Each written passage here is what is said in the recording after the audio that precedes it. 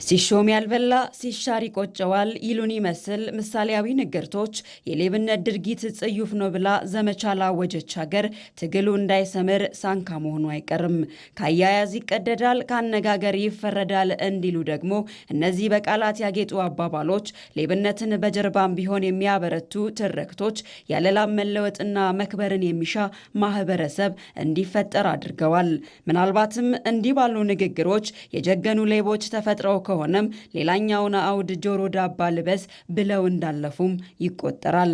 በዚህ በኩል ደግሞ አበው የሰው ላብና በደል የትም እንደማያደርስ ከሌባ የተሰረቀ ለአመድ በሚል ብሂሉ ሲገልጸውም ኖሯል። እናም እንደ ሀገር እዚህም እዛም ባገኟት ቀዳዳ ሀብት ለማጋበስ የማይፈነቅሉት ድንጋይ ለሌላቸው ሌቦች ግን በእርግጥም እንደ ብሂሉ የትም አይደርሱም። ሌብነትን ከምንጩ ለማድረቅ ታዲያ የተዘረጉ ሕግ ማስከበሪያ ስርዓቶችን ከመጠቀም ባሻገር ድርጊቱ ባህልና አስተሳሰብ ታርቆ እንዲስተካከልም በጠነከረና አዲስ የተሳሳቱ ትርክቶችን በሚሽር ሀገራዊ እይታ መተካት ግድ ነው። እዚህ ጋር ነው የመደመር አስተሳሰብና የመደመር መንግስት ሚና ጎልቶ የሚወጣው። በመደመር እይታ ስልጣን ማለት ለህዝብ የማገልገያና የኃላፊነት መንበር እንጂ የሀብት ማከማቻ ካዝና አለመሆኑን በማስረገጥ የቆየውን ትርክት መታገያ መንገድ መደመር አበጅቷል። በራሱ የሚኮራ የሚተማመን በውጤት የሚያምን ሰው ለመፍጠር ደግሞ የባህል ግንባታው በጣም ሰፊ ጊዜ ይወስዳል።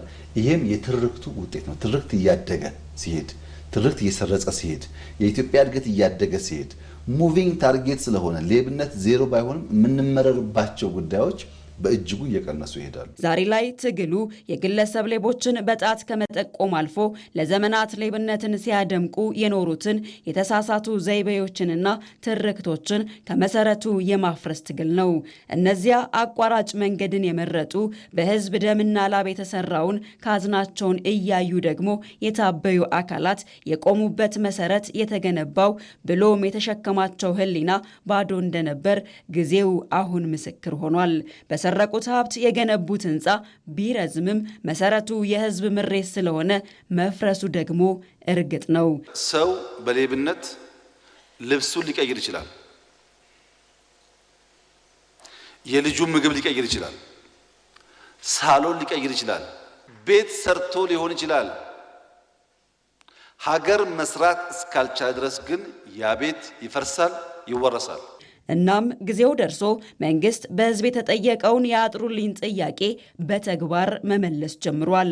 ይሁን እንጂ የህዝቡ ቁስል የሚሻረው መንግስት የፍትህ አለንጋውን በማንሳቱ ብቻ አይደለም።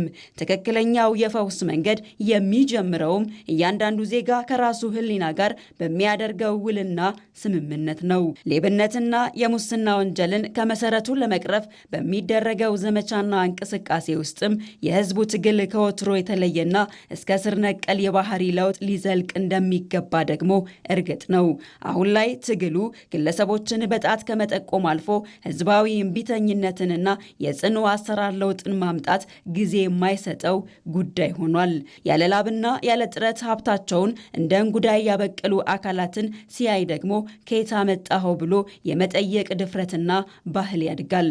ሌብነት በየትኛውም ደረጃ ሲፈጸም የማይታገስበት አጋላጩ የሚጠበቅ በትንና በሌብነት የተገኘ ሀብት በማህበረሰቡ ዘንድ ውርደት ተደርጎ የሚወሰድበት የባህሪና የባህል ሽግግር እስኪመጣ ድረስ የህዝቡ ትግል ትልቁን ድርሻ ይይዛል። ህዝቡም ተባባሪ እንዲሆን ሌቦች ማጋለጥ፣ አለመተባበር።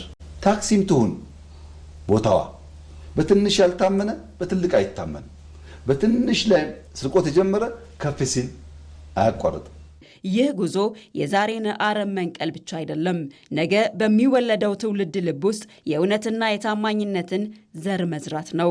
በቤተሰብ በትምህርት ቤትና በሃይማኖት ተቋማት ውስጥ ሀቅንና ሰርቶ መለወጥን እንደ ትልቅ እሴት አድርጎ የሚቀርጽ ትውልድ ሲፈጠር ሀገር ከገባችበት የሌብነት አዙሪት ሙሉ በሙሉ ትወጣለች።